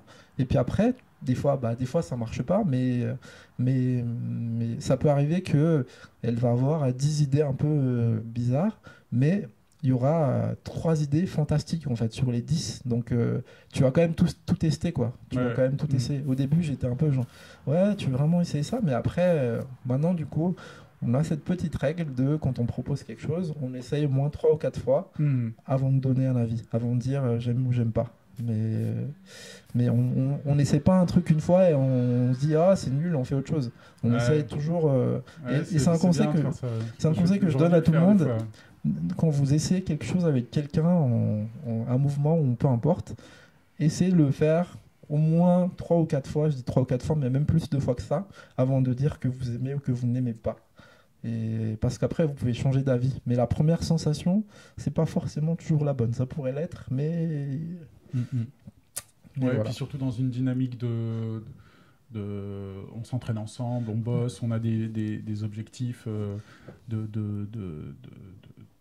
pas juste danser dans notre garage, quoi. Donc quand il y a ce truc-là, c'est hyper important de ne pas rester sur juste une fois, quoi. T'es obligé de tout creuser pour voir où ça mène. Il faut être ouvert, il faut essayer de... Si ça marche pas comme ça, essayer encore, pousser un peu, au moins 10 minutes sur ce truc. Si ça marche pas, vous avez bossé pendant 10 minutes, vous n'avez pas perdu 10 minutes, quoi. Et vous avez été... je sais pas, moi en tout cas, je vous avais pendant un temps énormément identifié blues. Et est-ce que toi, tu dansais le blues avant ce partenariat avec Élise ? Est-ce que c'est les organisateurs qui vous ont vu une fois comme ça et puis qui finalement vous ont un peu aiguillé dans ce sens et un peu catalogué ? Ou est-ce que c'est vous qui avez vraiment creusé ce sillon, tout ça ? Comment ça s'est passé ? Avant ça, je dansais pas mal le blues quand même avec Lucille Pinto. J'avais déjà gagné... C'est assez marrant parce que avec Lucille Pinto, on a gagné, je sais pas, j'ai l'impression qu'on avait gagné toutes les compètes de blues qui pouvait y avoir, mais on n'a jamais été embauché, on n'a jamais eu, enfin si on a été embauché peut-être à Strasbourg encore, c'est des potes, tu vois, mais on n'a pas eu beaucoup de workshops ensemble en fait. Mais avec Élise, du coup, on a bossé le blues aussi. Je dansais déjà beaucoup de blues et elle pas forcément à ce moment-là, mais c'est un truc qu'on a voulu développer en plus en fait. C'était un peu une arme en plus qu'on avait. Mais après, je pense qu'on a quand même plus de festivals de l'indie que de blues. Le blues, il n'y a pas tant de festivals que ça en vrai. Ouais. Mais c'est vrai qu'on a beaucoup été identifié comme ça parce que aussi on a essayé de beaucoup pousser à l'époque la scène parisienne. Il n'y a pas encore tout ce qu'il y a maintenant en termes de blues, mais en tout cas, je dérive encore, mais au début, quand je suis venu sur Paris, la scène blues n'était quasiment inexistante. Ouais. Je suis désolé pour les personnes qui étaient là. Je ne vais pas vous vexer, mais j'avais l'impression qu'il n'y avait pas énormément de blues sur Paris. Et du coup, avec les Chatons Swingers, j'ai essayé en tout cas de proposer un festival de l'indie et de blues qui s'appelle le Backdoor to Blues. C'était pour inciter les danseurs de l'indie à faire du blues en fait. Ouais. Et ça a pas mal aidé. Et après avec Élise, quand on a commencé à donner des cours ensemble, on a commencé à donner pas mal de cours de blues ensemble sur Paris parce qu'on avait envie qu'il se passe quelque chose. Ouais. Et du coup, on a donné énormément de cours, mais c'était compliqué parce que les écoles ont pas forcément envie de prendre ce risque-là. En fait, les écoles de l'indie, ils se disent est-ce que le blues ça va marcher Et puis finalement, nos cours étaient assez remplis, donc on a même fait quelques soirées et tout. Et puis maintenant, il y a des gens qui ont pris le relais, qui font ça très bien. Bénédicte et Laurent avec leur festival et leur école du coup. Qui ont pris le relais, qui font ça très bien en fait. Du coup, je suis assez content. Maintenant, j'ai plus à beaucoup trop bosser pour le blues à Paris. C'est là et c'est assez cool. Il y a encore beaucoup à faire, mais il y a des gens qui le portent en fait et ça c'est plutôt chouette. Et à l'époque aussi, il y avait Blues Delirium, ça s'appelait à l'époque, je crois, avec Elsa. Et elle donnait aussi des cours de blues, mais c'était des cours de blues fusion à l'époque. Du coup, j'avais donné des cours pour eux aussi, plus pour propager le blues au plus grand nombre en fait, mais pas pour faire du blues fusion. Mais bon, après... Voilà, Élise est sur tour maintenant, je crois, c'est ça. Où elle aussi, elle essaye de propager la parole du blues. Exactement, elle a sa petite structure maintenant, je suis désolé Élise, sa grosse structure énorme qui s'appelle Slow... mince, j'ai oublié le nom. Mais... Je l'ai vu passer, mais du coup, je sais plus moi le nom. Slow... Ah, je suis désolé Élise. Slow quelque chose. Slow Swing. Non, je crois qu'il n'y a pas le mot. Justement, il n'y a Ouais. pas le mot blues ou swing dedans. C'est exprès, mais slow time. Slow time. Yeah. Voilà, slow time. Avec Élise. Tu pourras couper la partie où je dis. Ouais, je me je- rappelle pas du nom. Là, comme ça, là maintenant, je dis que je vais couper, mais en fait, je le ferai pas. Mais ouais, slow time avec Adrien et Violaine, je crois, du coup. Mais c'est cool. elle a- C'est pas loin, le Tour de Paris. c'est Ouais, ouais. Et puis- une encablure. Strasbourg aussi, où il y a une belle scène développée. Pareil, Yes. c'est pas loin, c'est à 2 heures. Yes, yes. C'est ça, 2 heures, non 2h10 maintenant, je crois. Ah, Avec le TGV. Ouais, voilà. C'est plutôt chouette. Toi, ton cœur balance plus vers l'un que vers l'autre ou pas? On m'a pas mal posé cette question et j'avoue que je ne peux pas vraiment choisir. Pour moi, c'est deux choses complètement différentes. Mm. C'est presque comme choisir entre tu préfères boire ou manger. Et ben, j'aime bien les deux. Donc je peux pas choisir. Il y a des moments où tu as envie de chocolat, il y a des moments où tu as envie de manger des frites. Enfin, voilà, mais ça n'empêche pas d'adorer les deux. Ouais. Je pourrais pas choisir entre les deux en fait. Ouais, Enfin, je pourrais choisir entre le chocolat et les frites, mais pas entre le blues et l'indie. Chocolat, évidemment, team chocolat. Très, très belle métaphore. Écoute, ou allégorie, je sais plus, je confonds. C'est marrant, je me remémore, j'ai eu la chance à Pau d'animer un stage avec Lisa. Et on m'a demandé d'animer un ou deux cours de blues. J'ai dit, j'ai fait ah, quoi, non, vous êtes sûr le gars anxieux et pas sûr. Mais oui, si, ça va le faire et tout. Puis bon, bah, tu connais Lisa, ça l'a fait grave. Et à un moment, on a fait un Ritz Move. C'était trop cool. Elle m'a dit, ah, si, et après on peut rajouter ça. Tchac, tic, ça, c'est typique ce que fait Risa. Je fais, ah ouais, bah, ok, cool. Ah là Et là voilà, là. tu vois, t'es Lisa, mais c'est trop cool. C'est une super prof, Lisa. J'adore donner des cours avec elle. C'est assez incroyable. La façon de gérer les élèves, la façon de motiver les gens.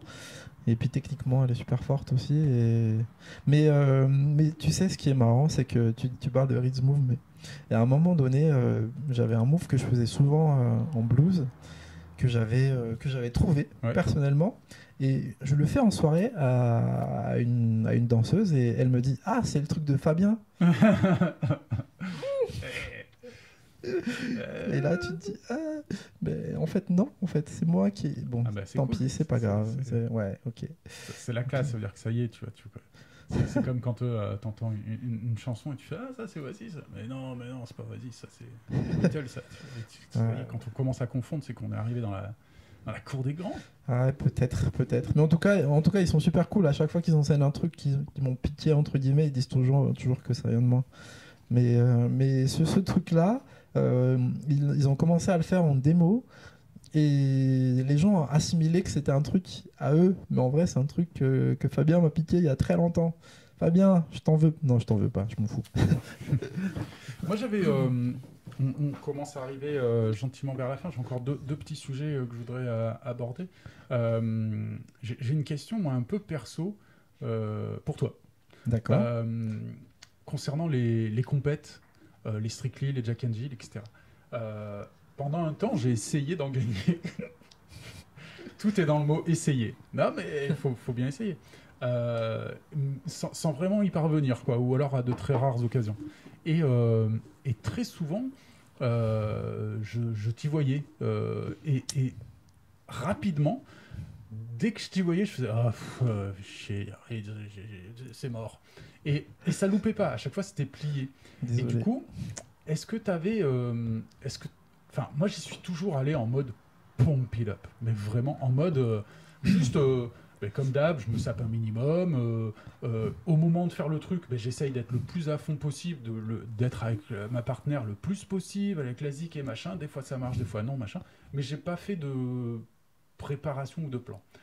Est-ce que toi, t'avais une technique, un truc pour systématiquement gagner ces Jack and Jill ou ces Strictly? Est-ce que tu as développé des tips, quoi? Oh là là, j'en ai plein. Ouais. J'en ai plein. Mais je les garde pour. Bon, non, bah, je rigole. Non, mais. Je veux dire, mis à part la qualité de la danse, hein, ça c'est Ah ouais, on met complètement à part. Est-ce qu'il y a alors, d'autres petites choses à. Genre s'habiller bien, il y a des je- choses qui je- sont sensibles. Je vais partager mes secrets. Mais en vrai, c'est pas des secrets, c'est Ouais. des trucs qui sont assez basiques, mais on s'en rend pas compte.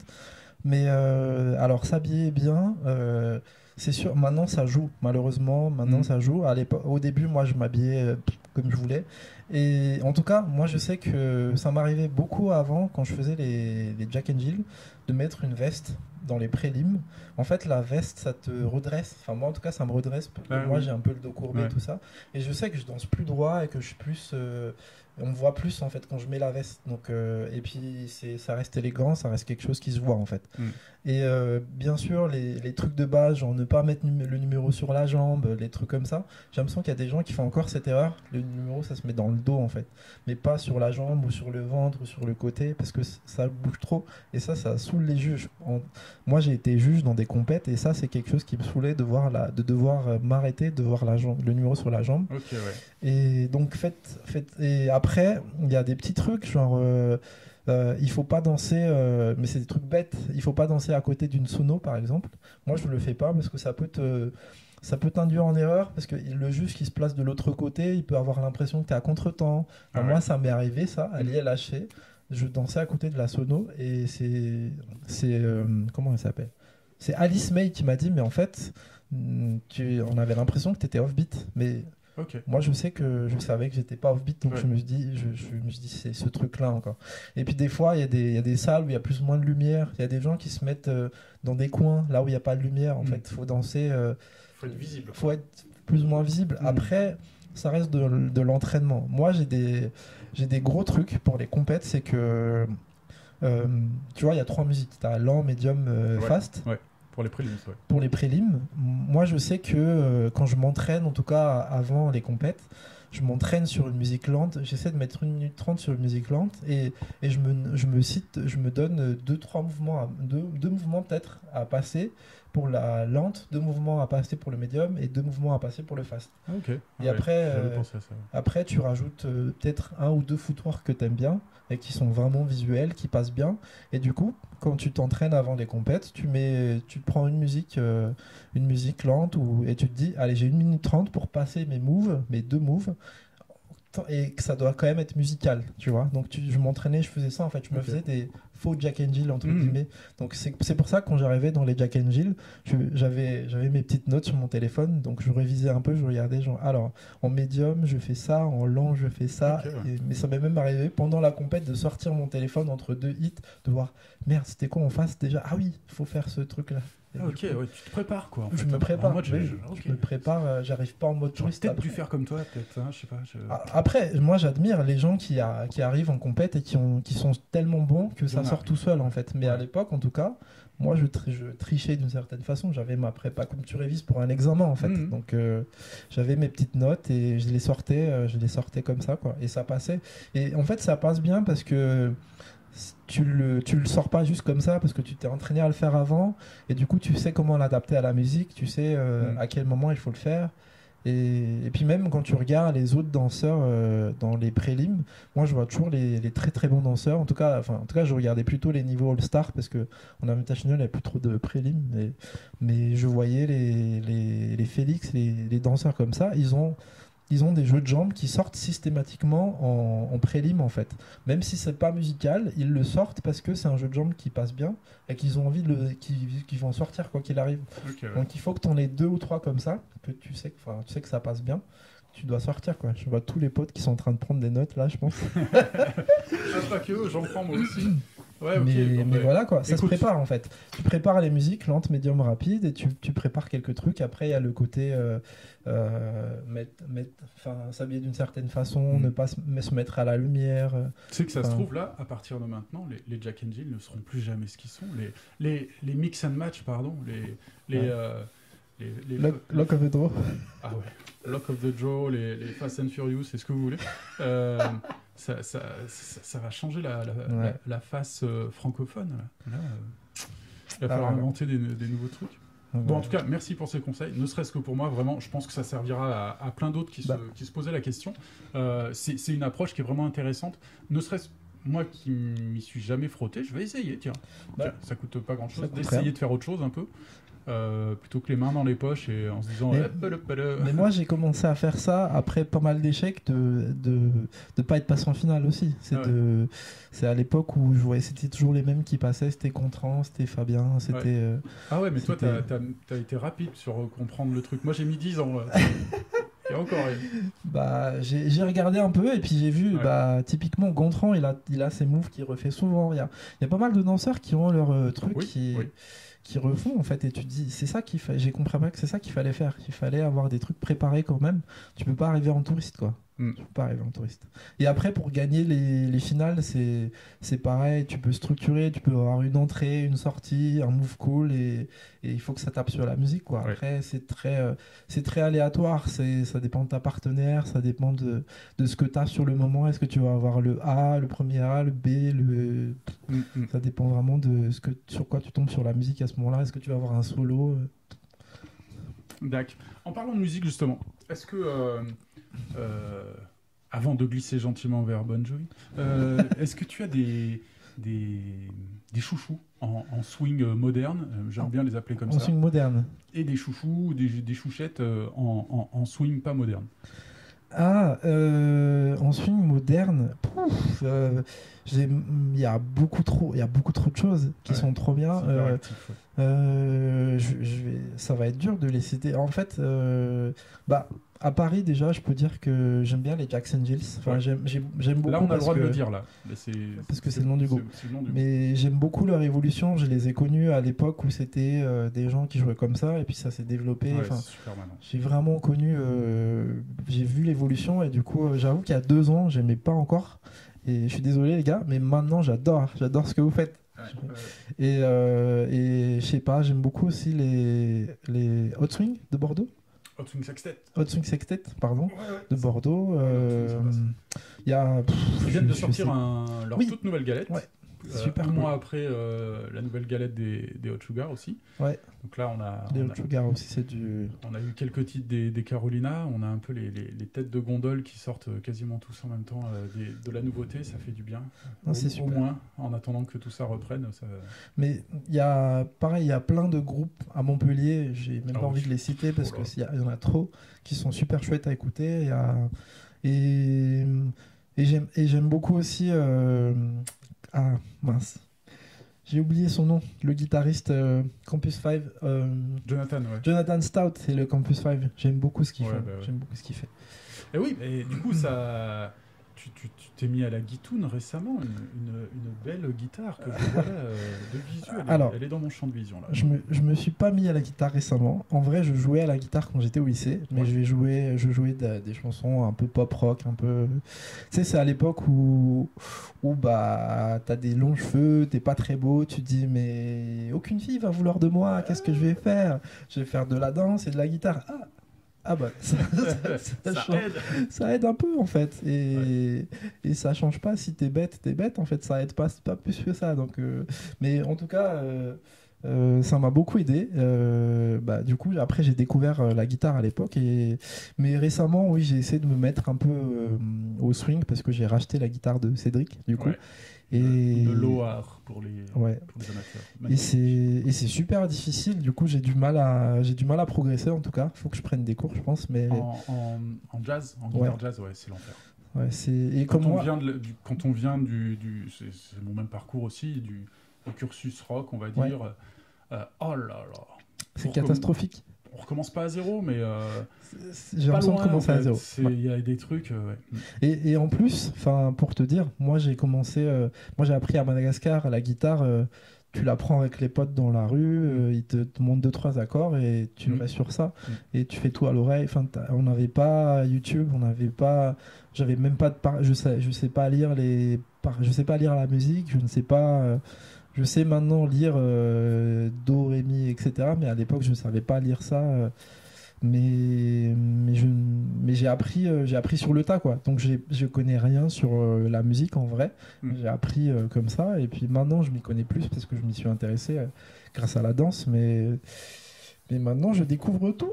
J'ai même pris un cours avec Maka, avec Qui Maka. n'a pas pris de cours avec Maka? Maka, salut. Ouais. Mec, Yes. c'est trop cool. Cédric aussi, il a pris des cours de trombone avec lui. T'as pris des cours avec lui. Moi aussi, j'ai pris des cours. Ouais, Tout mais le moi, monde c'était a pris plus des un cours de musique de base en fait. Ouais. C'était plus Ouais, parce ouais. que j'avais aucune connaissance Il est de rien du super tout. fort.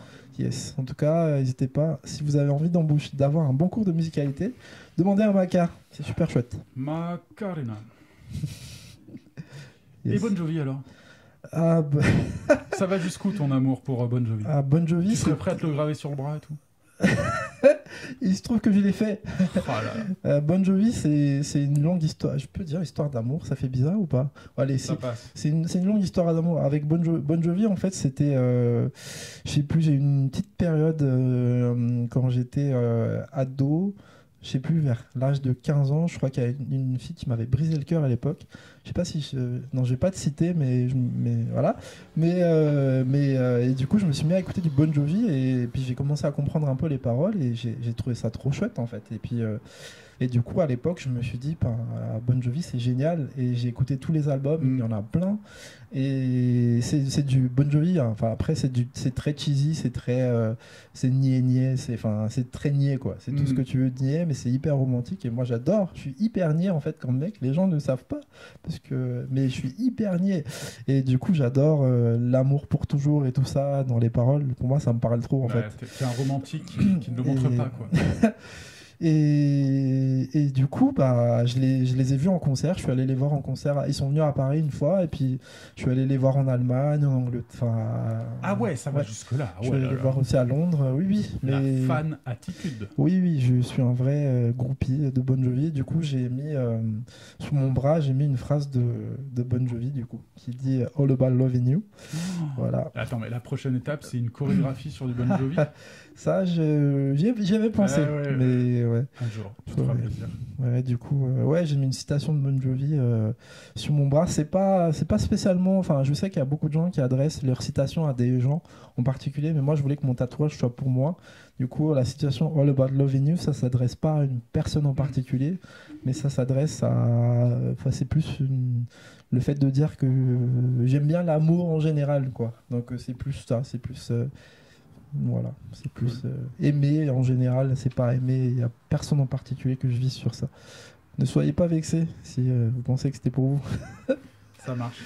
Il y avait un truc sur lequel je voulais revenir qui m'avait interpellé et beaucoup plus en regardant ça de mon sud.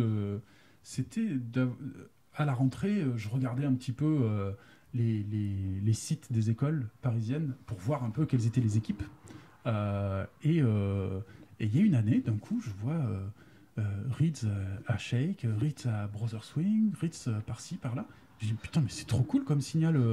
Et il est dans plusieurs structures et tout. Et sachant que c'est assez courant que dans une même ville, les structures, même si elles ne sont pas en guerre, elles sont ni en concurrence, mais il y a quand même des tensions, on va dire. Souvent, on a du mal à les identifier. C'est plutôt des rapports de personnes qui font que on s'apprécie pas trop et que bon, les relations sont un peu froides ou machin. Et ce genre de truc, je trouvais que ça envoyait un chouette signal d'apaisement ou en tout cas d'ouverture et je crois voir que ça s'est un petit peu multiplié et je trouve ça cool, quoi. C'est vrai que enfin, on va pas se le cacher, à Paris il y a eu des tensions entre les écoles à un certain moment. C'était le cas quand je suis arrivé. Moi je ne le savais pas, mais je l'ai découvert un peu à mes dépens parce que quand j'ai commencé à donner des cours pour David Polarski, on m'a dit mais nous on n'est pas amis avec cette structure là et tout ça, donc je me suis pris un peu des trucs dans la figure, mais après ça s'est un peu apaisé au fil du temps, on va dire. Je pense que tout le monde s'est rendu compte qu'il y a de la place pour tout le monde à Paris. On peut arriver à se développer sans se faire des petits coups tordus ou sans se mettre des soirées les uns par-dessus les autres. Ouais, donc c'est ce genre de truc qui crée des tensions. Mais après, je sais pas si c'était. Je pense pas que ça ait. Enfin, peut-être. je pense pas que ça a été fait exprès. Je pense qu'il y a il y a eu beaucoup de soirées où t'avais pas le choix, bah t'as booké des musiciens, tu l'as pas annoncé malheureusement, et puis hop, quelqu'un a fait la même chose. Ouais. Et ça peut arriver après. Oui, oui. J'essaie de C'est me pas dire que forcément de la c'était des erreurs. malveillance. Oui, Ouais, je ouais. pense qu'il y a eu des erreurs comme ça. Et encore, c'était encore la semaine, je sais plus, c'était il y a 2 semaines, j'ai donné un cours de blues. Et je sais que Bénédicte avait prévu aussi de faire un cours le même jour, mais elle n'avait pas annoncé, donc elle a déplacé son cours alors qu'elle avait prévu depuis longtemps. Tu vois, maintenant les scènes, enfin en tout cas les écoles s'entendent bien, et c'est vrai qu'à l'époque, au début, je donnais des cours pour Shake That Swing, et j'étais chez les Chatons et je suis passé à Shake That Swing, et au début, moi je voulais donner des cours avec Élise, donc Polo avait recruté Élise à l'époque. Et du coup, j'en avais parlé à Alexia, et puis ça s'est fait, voilà quoi. Après une discussion, ça a pu se faire quoi. Mais au début, c'est vrai que on peut se dire c'est pas envisageable parce que c'est des écoles concurrentes, ça fait. Ouais. Et puis finalement, ça a marché en fait. Il n'y a pas eu de. Il y a pas eu, enfin, c'était pas facile, mais il y a pas, mais ça s'est bien passé au final. Ouais. Ça s'est bien passé la transition entre les deux, et puis maintenant il y a des gens qui ont commencé à le faire aussi, qui Moi, je trouve commencent ça, à donner des je cours. trouve ça super cool comme. Mais c'est vrai qu'à l'époque c'était pas envisageable. On pouvait pas se dire Ouais, tu ouais. peux donner des cours dans deux écoles, surtout les 2 plus grosses à l'époque. Donc c'était compliqué. Mais c'est finalement ça a pu se faire, c'était cool. Ils ont été ouverts d'esprit et ça s'est bien passé quoi. Ça laisse augurer encore de belles années. Yes. Avant d'arriver sur ma dernière question, comment tu la sens, toi, l'année à venir là? Ça reste encore compliqué? J'ai envie d'avoir un message positif, j'avoue, mais je ne sais pas quoi dire. Mais moi, en tout cas, je dois avouer que je suis assez impressionné par la motivation des élèves. Il y a quand même beaucoup d'élèves qui n'ont pas décroché. Enfin, moi, je pense que j'aurais vite décroché avec des cours sur Zoom, pas de soirée pour refaire ce que tu as appris. Enfin, en tout cas, si j'avais commencé l'Indie cette année, peut-être que je me serais vite démotivé. Mais il y a beaucoup de gens, enfin, il y a du décrochage forcément, mais il y a beaucoup de gens qui sont restés motivés, qui sont là. Et puis les écoles ont été très créatifs aussi. Ils ont rajouté des apéros, ils ont rajouté des jeux. Il y a plein de trucs intéressants. Donc les écoles ont beaucoup travaillé. Et pour l'année à venir, je sais pas. J'espère qu'on pourra déjà refaire des cours à 2. Et je sais pas, avec le vaccin, j'ai espoir qu'avec le vaccin, il se passe quelque chose et qu'on puisse peut-être refaire des soirées à la fin de l'année prochaine. J'espère. Ouais. Enfin, à la fin de l'année scolaire, hein, je parle du coup. Ouais. J'espère que vers juin, juillet, on puisse faire des trucs, ça serait cool. Même des petites soirées inter-écoles déjà, ça peut être cool. Ne serait-ce même que Erang maintenu, par exemple. Ça va être une autre chose. Quoi. Ça, c'est compliqué, hein, d'emmener des gens de partout dans le monde dans un pays. C'est tellement international, ça va être compliqué. Mais... On croise fort les doigts et puis on verra. Yes. Dernière question. Est-ce que tu as quelque chose que tu voudrais aborder qu'on n'a pas abordé? Et si oui, vas-y. Sinon, est-ce que tu as un conseil à donner à des gens qui débuteraient, des gens qui débutent pas, des gens qui s'entraînent, des gens qui s'entraînent pas, enfin ce que tu veux. Il y a beaucoup de choses à dire. Moi, je dirais que je peux parler juste des profs. Des profs en général, enfin des gens qui viennent ou qui sont profs depuis pas très longtemps. C'est cool. Enfin, en tout cas, c'est un métier, prof de danse, c'est un métier. Et quand vous êtes arrivé à ce niveau-là, c'est plutôt chouette. Ça veut dire que vous avez beaucoup travaillé dans votre danse pour en arriver là. Et continuez à le faire. Et en fait, moi, je vois beaucoup de moments où les profs se disent, ils sont arrivés au moment où ils sont profs et ils se relâchent un peu, ils se disent ça y est, on est arrivé au bout du truc. Et en fait là, être prof, c'est pas la finalité, enfin vraiment c'est pas la finalité, c'est ce que vous arrivez à apprendre à vos élèves à la fin de l'année, c'est ça qui devrait être la finalité à chaque fois. Et pour ça, il faut bosser aussi, il faut s'entraîner, il faut continuer à s'entraîner, il faut continuer à progresser. Les élèves, ils progressent, ils apprennent, et au bout d'un moment, ils peuvent arriver à notre niveau aussi. Donc, Je sais bien. ouais, et c'est pour ça que même quand on est prof, moi je trouve que c'est cool de s'accorder un temps pour bosser sa danse, Ouais. de toujours bosser sa danse et de s'ouvrir à des nouvelles choses, et aussi de ne pas enseigner que les choses que vous aimez. Même si beaucoup de gens disent mais n'enseigne que ce que tu aimes. En fait, il faut être aussi ouvert. Moi, je pense qu'il faut aussi tester des nouvelles choses. Moi, j'ai beaucoup commencé à le faire. Maintenant, j'essaie aussi d'enseigner des choses que d'autres profs font parce que je trouve que c'est intéressant et que ça peut apporter d'autres choses en fait à la danse. Et je sais qu'il y a eu beaucoup de conseils sur ça, en tout cas, de dire enseigne que ce que tu fais et que ce que tu aimes. C'est vrai, c'est un très bon conseil, mais il faut aussi apprendre à enseigner d'autres choses qui sont utiles et qui peuvent apporter une autre richesse aux élèves, quoi. Et, clairement. et voilà, donc c'est pour ça que je dis bossez votre danse. Être prof, c'est pas la finalité. C'est pas la finalité. Et je sais pas, continuer à bosser dur, même si c'est dur de se motiver en ce moment pour s'entraîner. Ouais. Et n'abandonnez pas, bossez encore. Moi j'ai du mal, je dois avouer, Julien, j'ai du mal à me motiver pour m'entraîner. Ouais. Mais voir des vidéos de l'ILHC, ça m'a motivé, revoir des trucs et tout, ça m'a motivé. Du coup, des trucs comme ça. Du coup, j'essaye quand je peux de m'entraîner en solo, et puis quand je peux voir quelqu'un, j'essaie de m'entraîner aussi à deux, mais faut pas lâcher quoi, faut pas lâcher. Et si ça peut motiver certains, dites-vous que tous vos concurrents là, ils sont en train de s'entraîner en cachette, et quand on pourra redanser à nouveau, ils vont vous massacrer. Alors entraînez-vous. Ouais, puis on l'a vu à l'IHC, il y en a qui s'étaient déjà entraînés en cachette, on a fait ah ouais d'accord, ok. C'est ça, bon. Moi, je dis ça pour rigoler, mais en tout cas, lâchez pas la danse. Lâchez pas. Ouais. Je sais pas quoi dire d'autre. Mais... Yes. Ah oui, si je peux oui. dire. Et les profs aussi, les cours de danse, essayez de vous dire que les stars, ce sont vos élèves. C'est pas vous, c'est les élèves. Et s'il y a... Enfin, en théorie, il ne devrait pas y avoir de stars, mais s'il doit y avoir des stars dans un cours, ce sont les élèves. C'est pas nous.